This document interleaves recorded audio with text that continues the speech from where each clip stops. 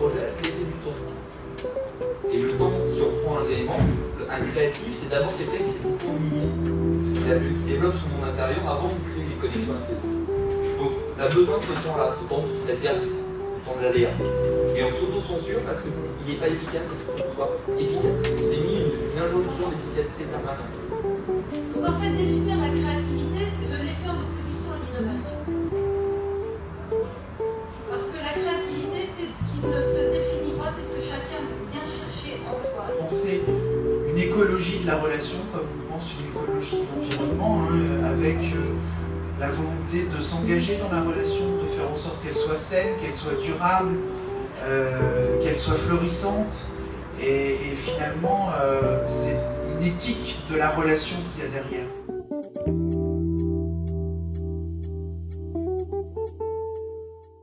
Aujourd'hui, j'ai voulu vous parler, on va dire, de la posture d'innovateur, mais plus précisément par rapport à cette question du monde, des mondes alternatifs. La question qui m'a animé, c'est d'essayer de comprendre en quoi l'atypique et le profil atypique questionnent le monde, questionnent son environnement, questionnent la créativité. Et comment, partant de l'atypique, on peut tirer énormément d'enseignements sur comment créer, comment générer un monde alternatif. Parce que c'est peut-être la première chose à étudier, la première question à se poser dans ce cycle de conférences. On va étudier, vous allez découvrir des mondes alternatifs. Mais comment on peut être générateur, créateur de mondes alternatifs? Je pense que ça part de l'atypique ou de l'atypisme et finalement d'une volonté d'explorer un chemin différent. Le problème, c'est que la volonté d'explorer un chemin différent, c'est souvent très complexe à mettre en œuvre. Et que les gens qui explorent un chemin différent, ils l'explorent rarement par volonté, mais souvent par nécessité. Et c'est pour ça que ça résonne particulièrement en moi par rapport à mon propre parcours, puisque je suis non-voyant de naissance, et que par cette spécificité, qui est peut-être une de mes spécificités, j'ai été forcément par la vie amené à explorer un chemin différent. Et donc j'ai eu cette chance qui m'a été donnée par cette contrainte et ces contraintes de vie, d'aller faire naître un monde qui était le mien. Et c'est toute l'histoire, en tout cas quand je pense à mon parcours, de cette rencontre entre le monde dans lequel j'ai commencé à me développer et puis le monde dans lequel je vis. Et ce qui est passionnant, c'est qu'effectivement toute cette réflexion sur mondes alternatifs, sensibilité, innovation, je la tire essentiellement de ce travail autour de mon parcours. Pourquoi? Parce que finalement, quand on est non-voyant, quand on est mal non-voyant, on est amené à découvrir le monde à travers ses sens, et puis finalement, face à des choses qui peuvent paraître simples, se déplacer, la rencontre avec l'autre, on ne peut pas fonctionner avec les mêmes codes. Au-delà de la douleur que peut représenter une différence, que peut représenter le sentiment et la sensation d'être différent, à un moment donné, on explore des chemins qu'on n'aurait pas explorés sans cette contrainte de vie, sans cette différence. Qu'on met en œuvre des ressources innovantes pour réussir, et que dans ce parcours-là, on est extrêmement créatif, extrêmement innovant, et que c'est précisément là que réside sa valeur ajoutée. Le talent est dans la différence. Et je pense que c'est vrai, pas seulement pour celui qui vit avec un handicap et qui a surmonté une contrainte de vie, mais c'est vrai pour tout le monde. Le talent pour chacun est dans notre spécificité. Alors, le modèle que je vous propose aujourd'hui, c'est un modèle de la spécificité. L'atypique ouvre un monde parce que, par la contrainte ou les contraintes de vie qui lui sont données, il est obligé d'explorer les choses différemment, d'explorer le monde différemment. Donc de créer de la ressource, de mettre en œuvre des ressources innovantes, de trouver des choses qui ne seront pas habituelles. Mais l'atypique, c'est vous, c'est moi, c'est tout le monde, parce qu'on a tous une spécificité. Et cette spécificité, c'est simplement notre identité. C'est la rencontre entre un parcours de vie, des expériences, des cadres culturels, une éducation, tout ce qui nous fait. Et dans cette spécificité, on a tous à la fois du talent et du handicap. Le handicap, au fond, n'existe pas, ça n'est qu'une facette de la pièce. La spécificité, c'est notre unicité. Cette unicité, elle peut être activée dans certains contextes de manière négative, avec un besoin de compensation, c'est le handicap. Et dans d'autres contextes, cette spécificité peut être activée comme une force incroyable, c'est le talent. Si à l'instant T maintenant, on éteignait toutes les lumières, on plongeait cette pièce dans le noir, bah, je pourrais continuer à lire. Je ne sais pas si vous pouvez, moi je peux. Ça fonctionne à une condition. Et cette condition, c'est l'acceptation fondamentale des contraintes dans lesquelles on est. On ne crée pas un monde alternatif si on n'accepte pas les contraintes du monde dans lequel on est. C'est-à-dire si on n'accepte pas nos contraintes de vie. On peut passer sa vie à pleurer parce qu'on est handicapé. On peut passer sa vie à se dire, bon, bah, c'est comme ça, je vais avancer à partir de là. C'est ce qui fait d'ailleurs qu'on dit, bah, je ne sais pas comment j'ai fait, juste j'ai fait. Donc on prend la contrainte et on joue avec elle. La métaphore de l'aveugle, elle est tout à fait intéressante parce que la zone de brouillard, c'est un peu les temps actuels. Complexe, changeant, diversité. Donc un monde qui est d'une grande incertitude où à chaque instant peut surgir un obstacle inattendu. Donc ça, c'est juste ma vie. C'est-à-dire quand je me déplace dans la rue, il arrive qu'il y ait des obstacles, qui soient là le lendemain, qui ne soient pas là la veille, qui changent de place. Et tout le temps, le monde est en reconfiguration. Et ça oblige finalement à réagir, à être dans une réactivité immédiate à l'obstacle inattendu. Et ces conditions de déplacement, ce n'est pas que les conditions de l'aveugle, c'est les conditions de toute personne qui agit et qui veut agir dans le monde actuel, c'est-à-dire naviguer à vue, naviguer en zone de brouillard. Et la métaphore de l'aveugle, elle nous éclaire parce qu'elle nous montre comment on peut continuer à naviguer dans un monde en zone de brouillard et comment on peut créer un monde alternatif ou un comportement, une attitude alternative qui va permettre de faire face à ces contraintes-là. Par exemple, en étant dans une réactivité immédiate, dans ce que j'avais appelé la flexibilité de la cheville. Alors, quand on ne voit pas, la première dimension du sens, c'est vraiment la sensorialité.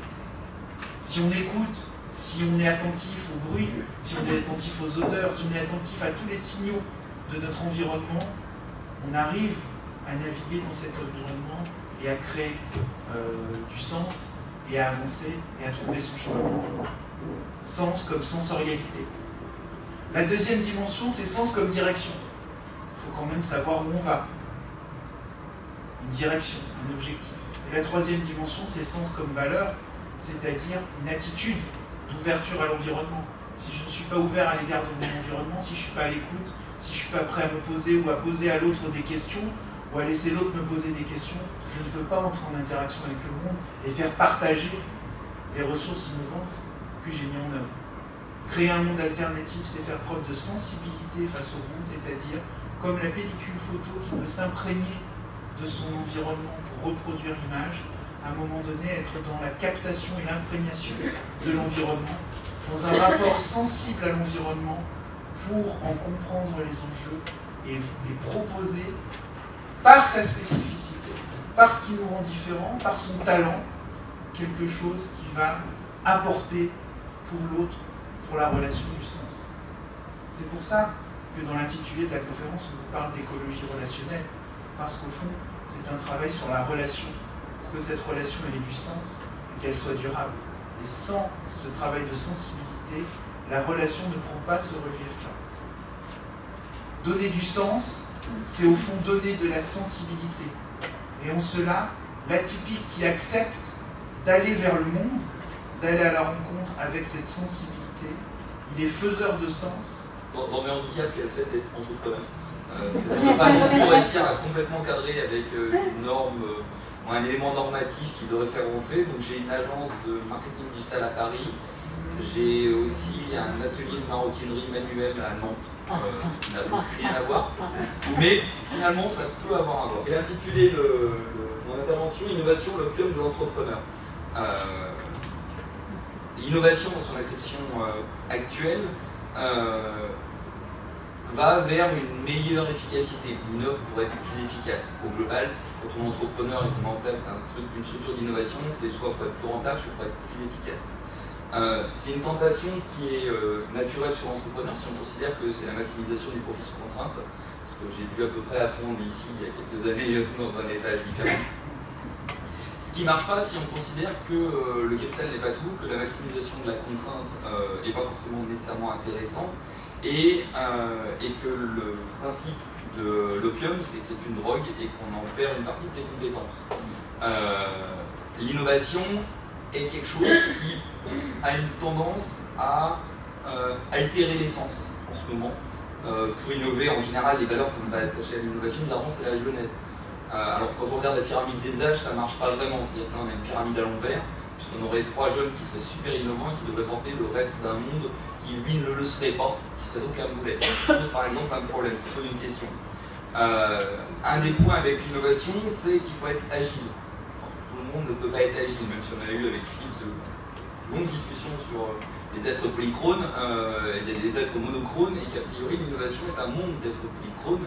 Il faut être partout et nulle part en même temps, courir à peu près à droite et à gauche, et surtout être dans le changement permanent. C'est ce qu'évoquait Franck juste avant. Étymologiquement, l'innovation, c'est innovare, c'est dans le nouveau. Donc il faut toujours être dans le changement. Donc un des points que je vais évoquer, c'est la différence entre l'innovation et un concept qui date de la fin des années 70, qui est plutôt un concept de l'éthique, qui est l'ex-novation. L'ex-novation, c'est donc sortir de la nouveauté en permanence. Et qu'est-ce que ça peut vouloir dire quand on analyse une société, sortir de l'innovation, sachant que mon métier est donc d'innover en permanence. Je vis dans un monde qui n'est plus le même depuis que je travaille, ça fait 15 ans que je dirige la société, je fais le même métier, en même temps il n'a rien à y voir. Dans ma société, la plupart des gens ont 2 vies, de manière plus ou moins réelle pour certains, mais franchement avancée pour d'autres, puisque j'ai des développeurs qui sont DJ, j'en ai qui sont artistes en parallèle, ils ont tous plus ou moins de vie. A priori, moi je tire une certaine forme de richesse et humaine et dans le fonctionnement de la société, parce que finalement le modèle tourne depuis 15 ans, à peu près rentable, ça a l'air de marcher, sur ces éléments-là. Qu'est-ce que ça peut vouloir dire d'intégrer des gens qui sont comme ça? Ce qui est intéressant chez les gens qui ont plusieurs compétences, c'est qu'ils sont polyvalents. Ça paraît pas beau, mais c'est même l'essence. On est dans la polycapacité. Si on considère que chaque personne est en soi polyvalente, le fait qu'on se lève le matin, qu'on soit capable d'avoir une vie personnelle, une vie professionnelle, de bouger, de se déplacer, a priori nous donne déjà plusieurs compétences. On peut les intégrer dans l'entreprise. Ça demande par contre à l'entreprise elle devenir agile. C'est-à-dire on déplace la notion d'agilité de l'individu, dont on lui demande juste d'être tel qu'il est et d'être dans ses polyvalences, vers une notion d'agilité d'entreprise. C'est-à-dire que là, c'est le manager, c'est moi en tant que chef d'entreprise qui me doit d'être agile et de créer les opportunités et de donner les éléments pour que les gens qui travaillent puissent m'enrichir des compétences qu'ils vont amener. Ce qui ramène un petit peu, ce qui ramène notamment à la notion d'innovation et d'exnovation. Je disais, moi je suis un innovateur, c'est mon métier, je fais beaucoup de R&D, je travaille sur des choses qui seront demain dans le quotidien, qui sont déjà pour moi dans mon quotidien, et qui seront demain ou après-demain pour le quotidien des différentes personnes. Mais j'ai un certain nombre de manières de non innover. L'exnovation, c'est ça. L'exnovation, c'est de revisiter ce qui paraît être nouveau à l'aune de 2 lectures. Est-ce que c'est vraiment nouveau? Et est-ce qu'un modèle que j'ai abandonné dans le passé, parce qu'il n'a pas fonctionné, ou parce qu'il ne m'intéressait pas, ne peut pas être finalement une forme de nouveauté? C'est est-ce que je pars dans une fuite en avant permanente à courir vers un monde innovant, ou est-ce que je peux revisiter des éléments? Moi, ma richesse d'entrepreneur et de polyentrepreneur, ce qui me permet d'avoir du temps pour créer d'autres entreprises pour d'autres personnes, c'est que j'ai des gens qui sont heureux. Par exemple, dans les métriques que je vais avoir, parce que c'est aussi ça, de l'innovation, c'est de définir l'environnement, de définir les marqueurs. Le seul marqueur que j'ai, c'est mon taux d'absentisme pour maladie. Alors moi, je travaille avec des jeunes qui sont tous plutôt en bon état, ils ne font pas encore de maladie, c'est moi qui fais le plus d'arrêter, mais au global, j'ai un taux moyen qui est de 2,2 jours par an et par salarié. La moyenne en France, c'est de 14 jours, 13 en fonction publique, c'est important de le rappeler. Il y en a plus ailleurs. C'est 14 jours. C'est le seul marqueur que j'ai. Quelqu'un qui, de toute manière, n'est pas bien dans son job est malade. Il ne peut rien, c'est comme ça, c'est factuel. Donc on peut mettre, à l'époque on faisait d'entretien d'évaluation, on faisait tout un tas de choses qui correspondaient à un monde non alternatif. On va dire, là j'essayais d'être normé, mon expert comptable avait dit, vous ne faites pas d'entretien d'évaluation, c'est catastrophique, comment je les fais évoluer? Ben, je sais pas, je les regarde. Ça marchait bien aussi, mais en même temps on m'a dit il ne faut pas le regarder, il faut faire des fiches. J'ai fait des fiches, on en a fait 3 ou 4, ça n'a pas très bien marché parce que 1, j'ai tout perdu, 2, je voyais les questions nazes, et 3, j'arrivais même pas à me dire que j'allais perdre une journée entière à recevoir des gens que je vois tous les jours pour qu'ils m'expliquent ce qui va bien dans leur vie, ce qui va pas, donc je les regarde tous les jours et qu'on est tous ensemble tout le temps. Et donc on n'a plus d'entretien annuel d'évaluation, on a une structure, et là ça revient sur le point capitaliste, où il n'y a pas d'indexation variable de la performance, puisque moi je reprends mon principe de la fourmilière, ce qui fait que la fourmilière fonctionne, c'est que toutes les fourmis fonctionnent.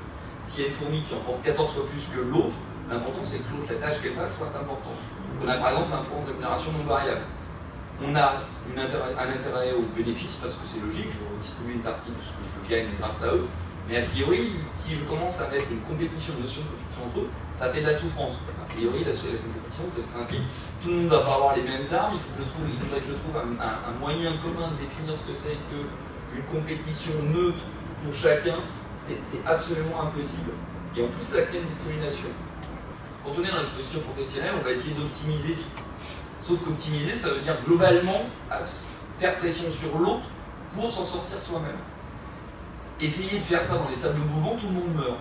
C'est un peu l'image que je voudrais donner. C'est-à-dire que l'entreprise et les hommes, nous sommes tous interdépendants. On n'a pas le choix, dans notre pratique professionnelle, il faut toujours se poser la question et se re-questionner. Et moi, je suis chef d'entreprise, donc je pourrais juste prendre un maximum de marge sur mes braves camarades, et a priori, ce serait pas malhonnête, et puis je pourrais dire c'est mon travail, c'est moi qui l'ai créé, et puis vous n'avez rien à en dire. Sauf que l'être humain qui vit à côté, il a pas de problème avec ça. Donc, repensons toujours que quand on appuie sur l'autre qui est à côté pour s'en sortir soi-même, a priori on ne s'en sort pas parce qu'on finira par couler. Peut-être plus tard on finira par couler, et lui il est mort en premier. Faire mourir l'autre n'est pas un élément de l'innovation. Et donc c'est exactement cet élément qui est l'innovation est-elle l'opium de l'entrepreneur? C'est ça. Innover c'est quoi? Moi par exemple, si j'imagine mon monde alternatif et mon monde d'innovation à moi, c'est que mon vrai plaisir c'est d'avoir des anciens stagiaires qui sont les menus des clients, qui reviennent avec nous et d'avoir des gens qui sont heureux tous les matins et avec lesquels je peux blaguer. Effectivement j'aime bien faire les blagues, aujourd'hui j'en fais très peu. J'étais héroïque là-dessus. Croire que c'était un vrai effort pour moi. Je n'ai même pas sorti de félicitations, j'ai fait que les fourmis. C'était pas méchant. Mais j'ai besoin de ça, parce que moi, mon énergie, elle vient du rire des gens avec qui je travaille et de leur bonheur. Et de savoir que j'ai des gens qui sont. Donc on était sur fil aisé et profil atypique. J'ai des gens qui sont de la génération du Y, donc tous ceux qui font des RH ont une redoute peur de la génération Y, parce que la génération Y, une réciprocité. Elle est typiquement pas dans la non-équité, dans le collaboratif. Ouais. Exemplaire et motivé. Moi j'ai des gens qui étaient apprentis, parce que j'ai pas de stagiaire. Par exemple, un vrai arbitrage managérial. Un stagiaire c'est un emploi qu'on essaie de ne pas payer. Moi j'ai des gens qui sont en apprentissage, c'est-à-dire que non seulement ils sont payés, mais en plus ils sont formés. Et on fait un vrai effort dessus, et qui sont toujours dans l'agence. C'est-à-dire que j'ai des gens qui ont 27 ans et 6 ans d'ancienneté dans l'agence. Alors que le taux moyen de turnover de mon secteur, pour reprendre les chiffres bien qualifiés, c'est 100%. C'est-à-dire qu'en gros, une structure d'agence comme la mienne, ça fait 100% de turnover. Donc il y a à peu près, sachant qu'il y en a qui restent. Hein. Il faut imaginer qu'il y en a qui tournent beaucoup plus. Donc il y a certains postes, ça va tourner à 200, 300% de turnover par an. C'est-à-dire qu'en gros, à chaque fois que vous appelez, vous avez de nouvelles personnes. Ça ne crée pas d'intelligence, ça ne crée pas de bonheur, ça met une pression sur les gens qu'on finit par essorer, et à la fin, quand on est vraiment entrepreneur, on n'a pas créé de valeur. On n'a pas créé de valeur parce qu'on a perdu tout son exigence, parce qu'au bout d'un moment, les clients finissent même par partir, parce que c'est sympa d'avoir un jeune nouveau à chaque fois, mais on n'a vraiment pas l'impression qu'on est considéré, c'est un élément de la considération, et on n'a pas pu co-créer. C'est-à-dire qu'on est toujours dans des gens qui doivent réapprendre dès le départ. Donc, finalement, ma posture d'ex-novateur à moi, elle est de considérer que dans un temps où tout va très vite, j'ai besoin de temps long. J'ai besoin de temps long, et j'ai besoin d'avoir des vraies relations avec les gens. Donc finalement, ça pose des questions de qu'est-ce que réellement l'innovation? Est-ce que l'innovation c'est toujours tout changer? Ou est-ce que c'est re-questionner comment est-ce qu'on fonctionne à l'aune des éléments qu'on a au jour d'aujourd'hui? Je vous présente 5 stratégies identitaires de créatifs qui ont été liées à une expérience de plus de 20 ans dans des entreprises, dans diverses entreprises créatives. Le tout dans un contexte interculturel, parce que j'ai fait ça aussi dans le cadre de VMMI. Il y a 2 axes. Je vais regarder la créativité au niveau individuel et puis une créativité d'entreprise. Là, je vous ai synthétisé le premier modèle. C'est l'artiste créateur dont j'ai pris qu'un Lagerfeld pour montrer ce que c'est que de ce que parle Casarston quand il dit ce que c'est que la victoire identitaire. C'est-à-dire que là, on a déifié. Il s'est déifié lui-même. C'est le génie. Il est au-dessus de tout le monde. C'est le créatif incarné comme on l'a dans notre siècle. Donc c'est une divinité autoconstruite, il est en apothéose. Et je vous rappelle que l'apothéose, c'est le thème de la divinité en civilisation romaine. On est dans une continuité et pourtant, on est dans la déification de lui-même. Là, impressionnant. Alors là, eh ben, il m'en a montré un bout. En fait, ceux-là, ils s'appellent les créatifs dissidents. Je les ai beaucoup pratiqués. Dans l'entreprise, une entreprise d'édition où j'ai travaillé, là on avait beaucoup de créatifs dissidents. En fait, c'est le créatif actif. Il veut échapper absolument à la culture, à sa culture. Sa culture l'obsède et il veut y échapper par tous les moyens. Donc la norme, il l'a intégrée totalement, mais c'est un dépassement et il tente de se surprendre lui-même en permanence. On peut créer entre non-normés. C'est possible, hein. La seule chose, c'est qu'il faut leur foutre la paix. Il ne faut pas leur expliquer comment ils doivent faire. Ils ont déjà intégré la norme. Donc, ce n'est pas la peine de venir leur expliquer la vôtre. Ils ont déjà intégré la norme. Donc, ils vont vous sortir quelque chose hors norme. Donc, eh bien, ça marche. Ça marche quand on a un dirigeant bienveillant qui lui-même a déjà dépassé cette étape-là. Parce que il sait les arrêter et il sait utiliser leur énergie au moment où il faut. Et je vais vous dire quelque chose qui pourrait choquer. Quand on travaillait tous ensemble en édition, le jeudi à 15 h, il n'y avait plus personne à la maquette. Et ce, jusqu'au vendredi 12 h. Alors si vous vouliez travailler vraiment, il fallait soit vous organiser comme vous travaillez avec les créatifs, c'est-à-dire avec les maquettistes, etc. Soit vous étiez tous au bar du coin. Donc à partir du jeudi 15 h, tout le monde est au bar du coin. Sauf que ça marchait très bien, parce que le lendemain matin, ils avaient fait la fête au bar du coin toute la nuit. Le lendemain matin, le dirigeant, il récupérait tout le monde, il disait, bon les mecs, on y va. Et là, il nous sortait des trucs que jamais, auxquels on n'aurait jamais pensé. Ils avaient tout discuté la veille au bar du coin. Alors ça ne marche pas tout le temps, mais c'est aussi une forme de créativité. Et la force du dirigeant, qui a quand même développé toute l'édition jeunesse en France et dans le monde, c'est d'avoir su dire à ces gens-là, ok, vous n'êtes pas normés, vous êtes vraiment des enquiquineurs, il faut vous foutre la paix, mais maintenant il faut bosser. Et quand ils nous disaient le dimanche matin, vous venez travailler parce que là, ce soir, il faut qu'on ait terminé, il y avait tout le monde et c'était génial. Donc, c'est difficile à vivre. C'est pas plus difficile à vivre que de se retrouver tous les jours devant son écran en se disant ah ben là, il faut que je finisse ma fiche à la fin de la journée. On n'est pas plus mal. C'est d'autres rapports. Donc ensuite, j'ai fait les passeurs. Alors ça, c'est en général ceux qui ont soit ils ont traversé les mailles du filet normatif des grandes sociétés. Et ça, ils ont eu de la chance, ils ont un peu compris comment c'est les marchés de recrutement, ils se retrouvent dans des grosses boîtes. Et ils ont traversé le recrutement RH, ou bien on les retrouve dans les entreprises créatives diversifiées et ils aiment le monde structuré. Ils ne sont pas hors structure. En fait, ce sont des traducteurs. Ils reformulent des savoirs et des savoir-être en permanence. Donc en fait, ils sont ouverts sur le monde extérieur, mais ils sont ouverts sur le monde de l'entreprise. Et ils sont dans une passation permanente entre les deux. Ils ne sont pas en marge. Ils ont tout intégré pareil. Mais ils l'ont intégré dans une traduction d'entreprise. C'est ça leur jeu. Donc, ils naviguent aux marges, ils synthétisent à tous les niveaux de comportement de l'observateur avisé. Alors, on peut donner un exemple du planeur stratégique qu'il y a eu il y a quelques années. C'était un peu le modèle qu'on a mis en avant. Le quatrième, Antoine, j'ai eu la chance de travailler avec lui, et bien, je vais vous dire, c'est pas un créatif, il nous vend du bonheur, si c'est un créatif. Mais c'est un créatif hyper rigoureux. Parce que le créatif, c'est pas je m'occupe à rêver. Non, le créatif, il est actif. Et donc, en fait, Antoine, il est créatif nomade. C'est-à-dire qu'il a pris toute la vision interculturelle et toute sa vision créative Et il a fait de la planète un terrain de travail. Lui, il vend du bonheur. Moi, j'ai travaillé aussi avec Yann Arthus Bertrand. Lui, il vend de la découverte. Il y a une mission salvatrice aussi derrière. Ça peut être un moteur qui fonctionne. Ils revendiquent absolument leur parcours. C'est-à-dire que Antoine, le chanteur Antoine, c'est un ancien centralien qui a tout envoyé balader. Et en fait, il fait le tour du monde. Il a choisi son mode de vie qui est très organisé. Il part 6 mois, il vit sur son bateau dans les îles et il revenait 6 mois en France et en Europe pour faire son planning de rentrée d'argent. Il faisait des bouquins, il allait à la télé, il vend des lunettes. Et tout ça, derrière, il vend quoi? Il vend son bonheur sur les îles. C'est son fonds de commerce. Donc, on peut aussi citer un plus ancien qui était Bronstein, qui lui était un spécialiste des saveurs et qui, en fait, essaimait les connaissances sur les saveurs dans bien des entreprises d'Europe. Donc, en fait, ce qu'ils ont en commun, c'est leur vision du monde.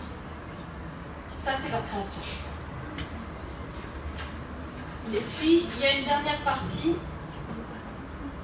qu'il ne faut pas oublier, ça s'appelle les créatifs culturels.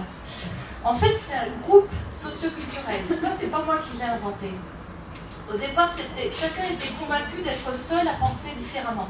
Et en fait, c'est le sociologue Ray et la psychologue Anderson qui, déjà en 1998, avaient révélé que ça constituait 24% de la population des USA. Donc en fait, tout le monde se pensait différent dans sa volonté d'être plus dans des sociétés intégrées, etc. Et ça représentait déjà 24% de la population des USA, ce qui a eu une influence majeure dans l'évolution de bien des entreprises. Donc là, ils adoptent une vision globale, une vision intégrée du monde, ils partagent des valeurs, éloignés des modes de consommation industrialisés, développement personnel, spirituel, l'humain au cœur de la société, et la lutte contre les dégradations environnementales. On est en 98, aujourd'hui, on est dans la suite. Pour qu'on en parle aujourd'hui, c'est qu'il y a eu des gens qui l'ont vécu, qui l'ont créé un mouvement. Donc en fait, on est la suite de tout ça. Donc en fait, c'est vraiment repenser le système de l'organisation de la créativité, non pas en... Ça m'intéresse pas, en fait, quelque part, de renormer, de redonner une nomenclature, c'est parce que c'est un moyen, en sociologie, de se parler. On adore faire des trucs comme ça. Mais en fait, il faut très vite les oublier. Parce que le but, c'est pas d'avoir des nomenclatures et de savoir si on va mettre un créatif dans une nomenclature, c'est de savoir si le créatif que j'ai en face de moi, est-ce que, en parlant avec lui, je peux l'amener à savoir ce qui l'intéresse le plus. Est-ce qu'il est plutôt passeur? Est-ce qu'il est plutôt hors norme? Est-ce qu'il est plutôt hors de sa culture et qui revendique quelque chose? Et ça, c'est intéressant de savoir. J'assume totalement de ne pas être capitaliste et de considérer que le modèle c'est un modèle compétitif. Donc le principe de tout modèle compétitif, c'est que celui qui est le plus compétitif s'en sort mieux. J'ai pas nécessairement, moi, d'appétence pour ce modèle-là. Donc est-ce que ça fait nécessairement un bon manager? C'est aussi, a priori, celui qui rentre chez vous pour l'argent et pas pour l'épanouissement, c'est le même qui se barrade chez vous pour l'argent et pas pour l'épanouissement. Et le pouvoir, il est dans la relation, il est dans la dimension humaine. Et je pense qu'en termes de recommandation pour le conseil, c'est d'axer le travail sur cette culture de la relation, cette culture du savoir-être et des attitudes qui font la qualité relationnelle. Et quelque part, c'est là où les deux masters qui entre guillemets, co-sponsorent cet événement ont beaucoup à se raconter, à se parler, parce que fondamentalement, sur ces savoir-être, on parle de la même chose. Pour faire de l'interculturel, comme pour travailler dans une économie sociale, solidaire, on a besoin d'écoute, on a besoin de disponibilité, de se rendre disponible à l'autre. On a besoin de l'attention de tous ses sens, de l'observation, de tout ce qui nous permet de détecter les signaux faibles pour agir. On a besoin du service, de se mettre au service de l'autre, on a besoin d'avoir envie de faire grandir l'humain.